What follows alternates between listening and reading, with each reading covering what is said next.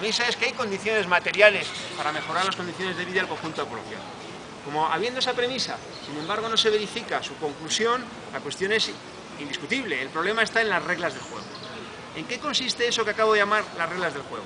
Vivimos en una economía capitalista cuya base es la explotación. La explotación, el proceso de acumulación capitalista que provoca, por ejemplo, un desempleo de 5 millones de personas en el caso español, y lo provoca desde un punto de vista que en términos del sentido común resulta verdaderamente disparatado, ¿no?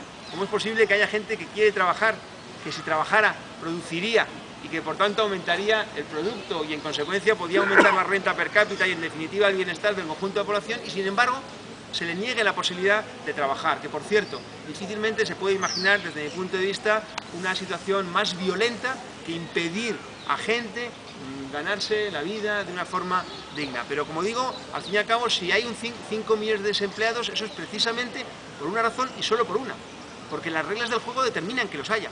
Es decir, la explicación se sitúa en el terreno de la rentabilidad. La rentabilidad es la que explica que haya desempleo.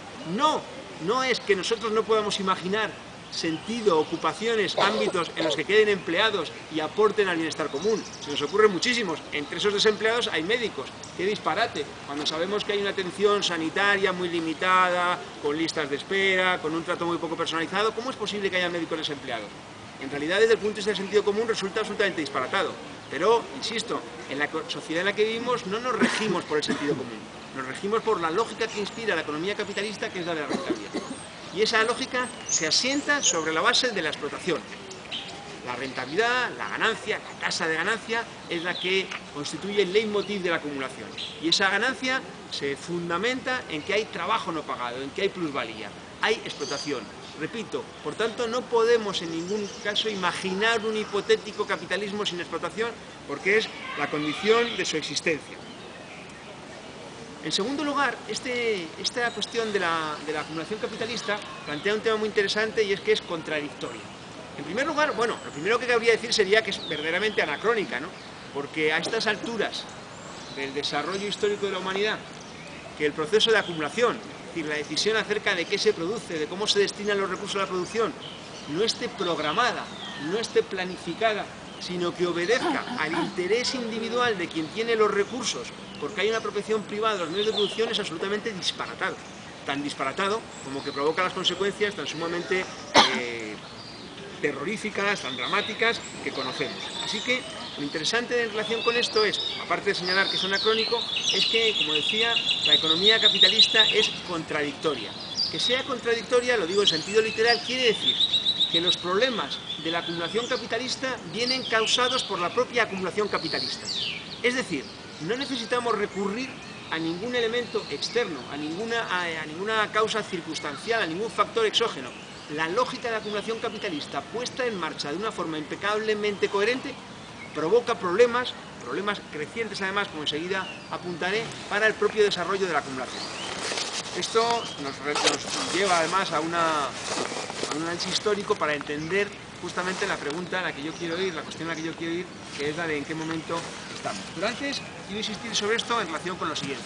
Plantear que la economía capitalista es contradictoria podría llevarnos a pensar que se trata simplemente de una cuestión que se expresa en el comportamiento cíclico fluctuante.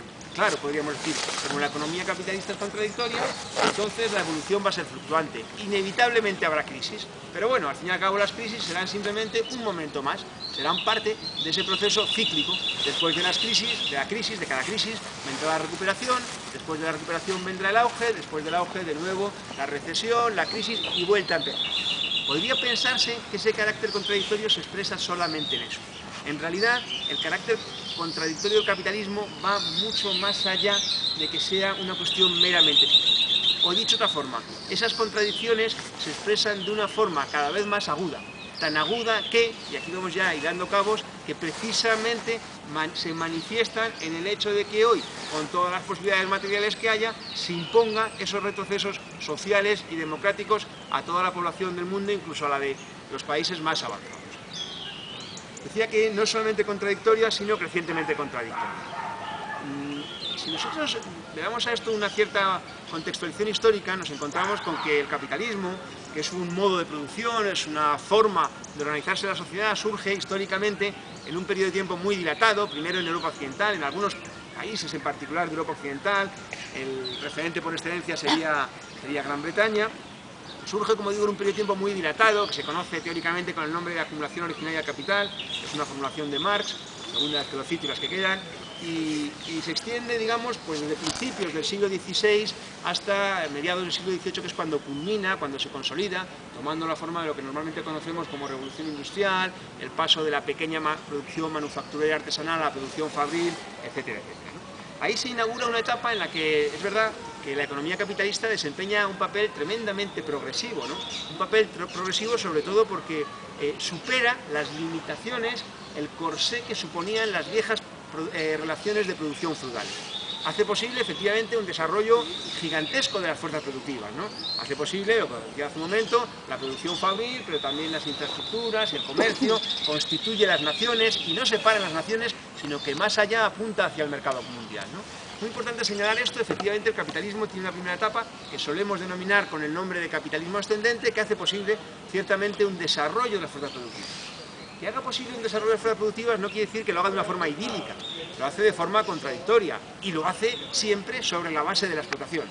Pero digamos que en el marco de la economía capitalista cabe todavía la posibilidad de una mejora relativamente generalizada de las condiciones de vida del conjunto de la población, no porque los capitalistas decidan concederla graciosamente, sino porque la clase trabajadora, crecientemente organizada como movimiento obrero, va reivindicándolas y va arrancándolas, va conquistando esos derechos, esas conquistas, esas aspiraciones, ¿no? El hecho es que no es idílica también porque ocurre en crisis. El siglo XIX, que es grosso modo, los 150 años que van desde mediados del XVIII hasta principios del XX, no son idílicos, hay fluctuaciones, hay crisis, pero fijaos, porque esto es importante, las crisis tienen un cierto carácter terapéutico, podríamos decir, ¿no? De saneamiento, ¿no? Las crisis destruyen valores, ¿no? Las crisis provocan el cierre de actividades, el cierre de empresas y provocan el desempleo. Y por tanto, tienen un elemento, un contenido de destrucción de valores. Lo que ocurre es que es una destrucción que, de cierto modo, reordena el proceso de acumulación, destruyendo los segmentos menos competitivos, menos rentables del capital, incluyendo también la fuerza de trabajo, consigue restaurar la rentabilidad y de nuevo reanudar la acumulación. Digamos que aquí sí operaría, en cierta medida, ese comportamiento cíclico del que ya hablaba, aunque también tiene algunos trucos, por decirlo de alguna manera, algunas trampas, ¿no? Una de ellas, algunas muletas en las que se apoya, ¿no? Una muy destacada es el recurso a la expansión exterior. La expansión colonial desempeña un papel de primerísima importancia para hacer posible ese recorrido que no es regular, que no es gradual, sino que es fluctuante, pero que fluctúa con cierta fluidez, por así decirlo, ¿no? Pensad que la expansión colonial permite el acceso a materias primas, la colocación de población excedente y además la colocación de productos en nuevos mercados, una vez que los mercados originales, los mercados nacionales, se van quedando pequeños para las posibilidades productivas, ¿no?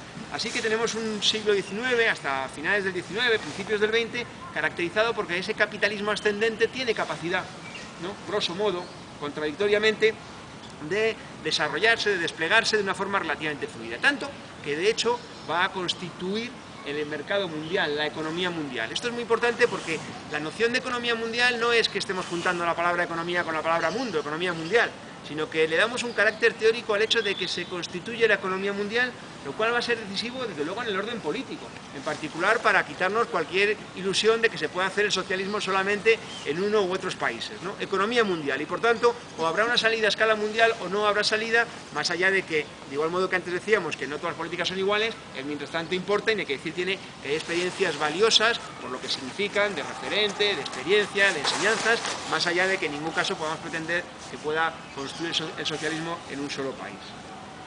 Bueno, cuando he señalado en varias ocasiones el punto de inflexión del 1900, redondeando, el tránsito del siglo XIX al siglo XX. ¿Por qué? Bueno, ahí hay tres elementos importantísimos que constituyen justamente lo que he calificado de etapa imperialista. En primer lugar, el capital como tal se construye de una forma distinta, es un nuevo sujeto. Sigue siendo capital, pero el capital es cada vez de mayor magnitud, ¿no? Se sigue produciendo un proceso que conocemos como concentración, centralización del capital, es decir, cada vez más masas de capital en relativamente menos manos y por tanto una tendencia hacia el oligopolio, que además se da en un ámbito crecientemente mundializado, hay una ardilla escuchando, y además con la detentación en unas solas manos de capitales que actúan en ámbitos distintos, no solo en la producción,